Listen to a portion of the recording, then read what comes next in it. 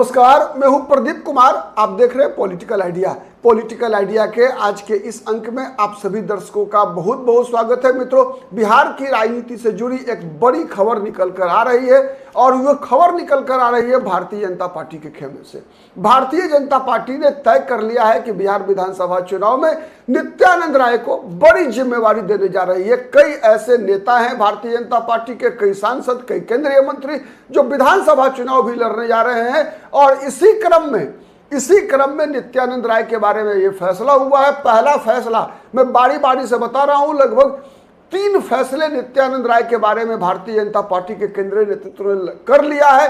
घोषणा भी बारी बारी से होगी, वैसे ही जैसे मैं आज आपको बताने जा रहा हूं। पहला फैसला है कि नित्यानंद राय भारतीय जनता पार्टी के पूर्व प्रदेश अध्यक्ष, कद्दावर नेता हैं भारतीय जनता पार्टी के, केंद्र में गृह राज्य मंत्री हैं, अमित शाह के ठीक बगल में बैठते हैं और लगातार आपने सुना होगा अमित शाह को पिछले चुनाव के दौरान भी कि अमित शाह ने कहा कि नित्यानंद राय को भारतीय जनता पार्टी में बड़ी भूमिका मौका आने पर मिलने वाली है, इसलिए इस रत्न को आप मत खोइए।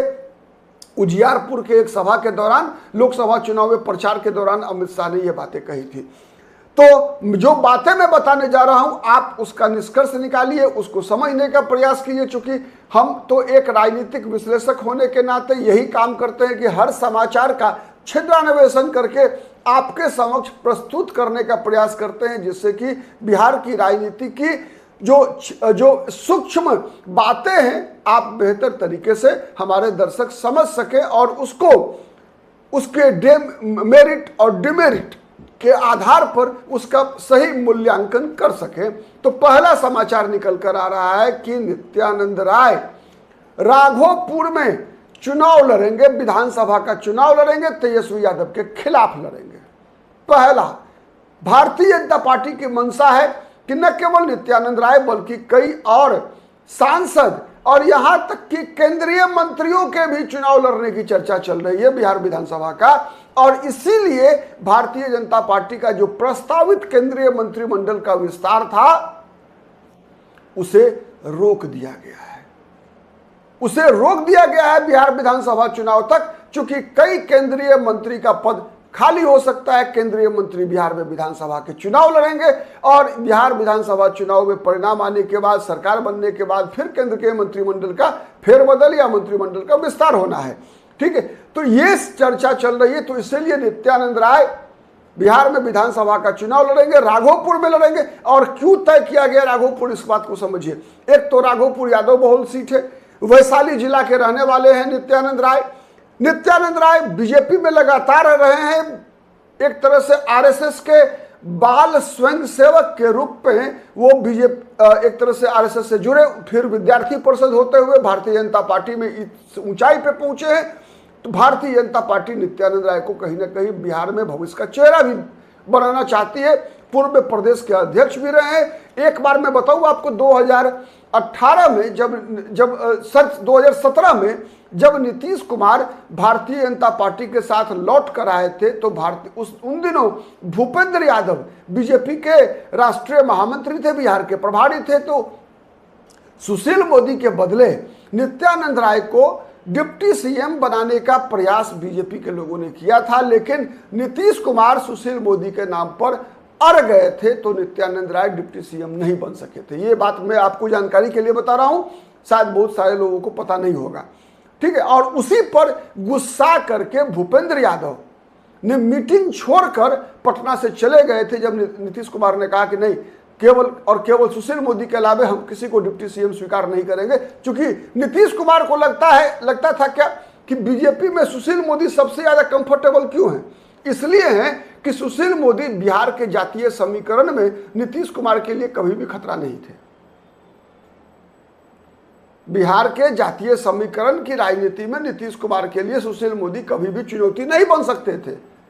इसीलिए नीतीश कुमार सर्वाधिक कंफर्टेबल थे किसके साथ? तो सुशील मोदी के साथ।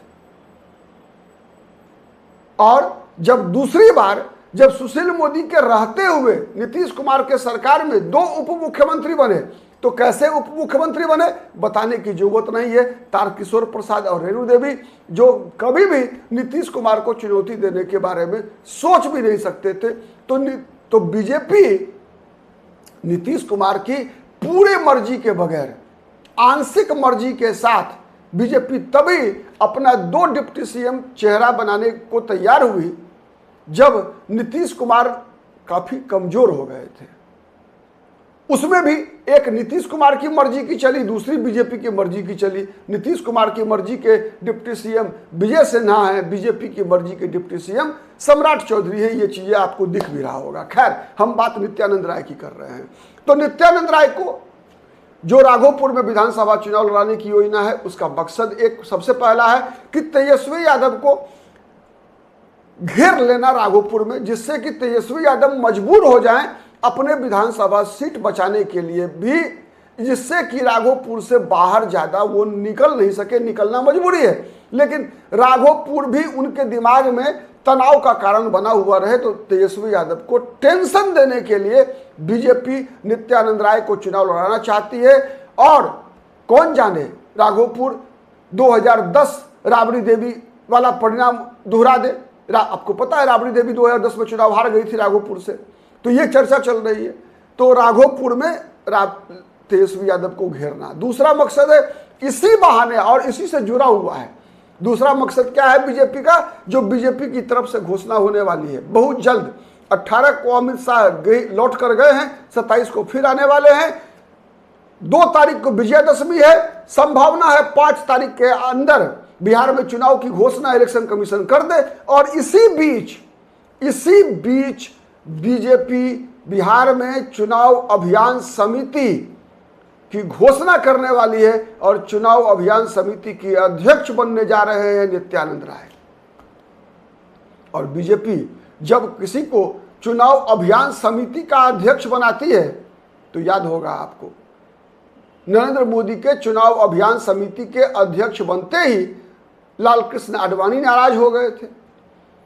नरेंद्र मोदी के बीजेपी के चुनाव अभियान समिति के अध्यक्ष बनते ही नीतीश कुमार बीजेपी से अलग हो गए थे। तो बीजेपी में चुनाव अभियान समिति का अध्यक्ष बनना कितना महत्वपूर्ण होता है, आप इस बात की केवल कल्पना कर सकते हैं। विशेष बताने की मुझे नहीं लगता है आवश्यकता है। तो नित्यानंद राय को बीजेपी चुनाव अभियान समिति का अध्यक्ष बनाकर बीजेपी एक तरफ तो नित्यानंद राय की संगठन क्षमता में भरोसा दिखाना चाहती है। नित्यानंद राय जमीन से जुड़े हुए हैं और अभी जितने चेहरे आपको सेंटर में दिखेंगे उसमें कारण है बीजेपी की मजबूरी भी है नित्यानंद राय। क्यों मैं बताऊं, देखिए विजय सिन्हा कभी भी संगठन से जुड़े हुए व्यक्ति नहीं रहे बीजेपी के, और विजय सिन्हा में नेतृत्व क्षमता जो है वो उस स्तर का है नहीं कि सबको साथ में लेकर चल सके। सम्राट चौधरी आज भी ये स्थिति है कि बीजेपी के 38 जिले में हर जिले का 10-10 लोगों का नाम भी बीजेपी जो खांटी भाजपाई है उनका नाम भी पता नहीं होगा सम्राट चौधरी को। तो बीजेपी के सिस्टम में ठीक है वो डिप्टी सीएम बन गए हैं, कल को सीएम भी बन जा सकते हैं, बात अलग है। लेकिन बीजेपी का जो सिस्टम है, जो बीजेपी का कल्चर है, बीजेपी का जो जन्मजात गुण और अवगुण है, इसके बारे में सम्राट चौधरी को अभी और सीखने की आवश्यकता पड़ेगी। और इन सब चीजों में जितने भी चेहरे फ्रंट पर हैं बीजेपी में, उसमें सबसे बड़ा चेहरा है नित्यानंद राय का। सुशील मोदी के जाने के बाद वर्तमान में वैसे लोग जो बीजेपी को आगे आने वाले 20 वर्षों की राजनीति के चेहरा हो सकते हैं, क्योंकि मैं बात इसलिए नहीं कर रहा नंद किशोर यादव का, मैं बात इसलिए नहीं कर रहा प्रेम कुमार का, बात इसलिए मैं अश्विनी चौबे का बात नहीं करूंगा, मैं गिरिराज सिंह की बात नहीं करूंगा, क्योंकि ये लोग अब बीजेपी में आप कह सकते हैं कि एक लगभग इस श्रेणी में है कि जो जिनकी भविष्य की राजनीति 10 वर्षों की भी नहीं बची है। कब किसका पत्ता कट जाए, अश्विनी चौबे का कट ही चुका है, ठीक है, तो कब किसका पत्ता कट जाए कोई नहीं जानता। तो मैं आगे की रणनीति के अनुसार जो देख पा रहा हूं उसमें नित्यानंद राय सबसे फ्रंट रनर है हर मामले में। तो ये बीजेपी संदेश देना चाहती है यादवों को यादवों को संदेश देना चाहती है बीजेपी के नित्यानंद राय बीजेपी के चेहरा होंगे। क्यों देना चाहती है आप समझिए। एक बहुत बड़ा गलतफहमी है, ये बिहार के अंदर बनाया जाता है कि यादव जाति के लोग 100% आरजेडी को वोट देते हैं। सच्चाई नहीं है। आप आंकड़े निकाल कर देख लीजिए, आंकड़े निकाल कर देखेंगे तो आप पाएंगे कि लगभग 30% यादव जाति के लोग उम्मीदवार के नाम पर वोट करते हैं। उम्मीदवार के नाम पर मैं बता रहा हूं, मतलब जहां पर यादव जाति के उम्मीदवार होते हैं, जिस किसी भी पार्टी का हो, तो उम्मीदवार के आधार पर एक ही विधानसभा सीट पर अगर 3 यादव जाति के उम्मीदवार हैं तो वहां पर यादवों का वोट बढ़ता है। यह मैं कह रहा हूं। तो 30% वोट जो है यादव जाति का उम्मीदवार के नाम पर बढ़ता है। 20% यादव हिंदू बनकर वोट करते हैं, हिंदू बनकर, ठीक है, ये बात मैं बता रहा हूं, हिंदू बनकर। वो उनका हिंदूनाइजेशन हो चुका है 20% का। आप देख लीजिए, जहां जहां पर महागठबंधन के उम्मीदवार मुस्लिम समाज के होते हैं, वहां वहां यादव जाति के लोग बीजेपी को आंख मूंद कर वोट देते हैं। कई लोकसभा सीट, कई विधानसभा सीट आप निकाल कर देखिए, आंकड़े आपको बता देंगे, ठीक है। उसके बाद बचे 50%। 50% में लगभग 45% वोट कह सकते हैं आप, वो आरजेडी लालू यादव के साथ जाता है, आरजेडी के साथ है।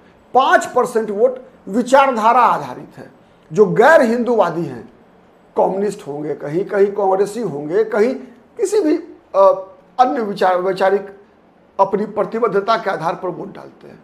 तो ये है लगभग। तो ये कहना कि तो ये जो 20% हिंदू वोट बैंक है यादवों में भी, और 30% जो उम्मीदवार के नाम पर वोट करता है, ये 50% यादवों का वोट बीजेपी के निशाने पर है। और बीजेपी आपको पता है डाटा एनालिसिस में सबसे आगे है, चुनावी रणनीति बनाने में सबसे आगे होती है बीजेपी।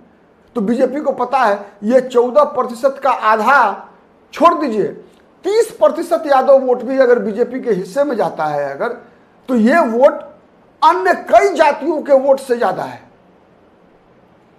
चूंकि यादवों की संख्या इतनी बड़ी है कि कई, अगर यादव का 30% मतलब हो गया लगभग 4.5%, 4.5% से ज्यादा कोई किस जाति के वोट है बिहार में बताइए? एक जाति का किसी का नहीं है।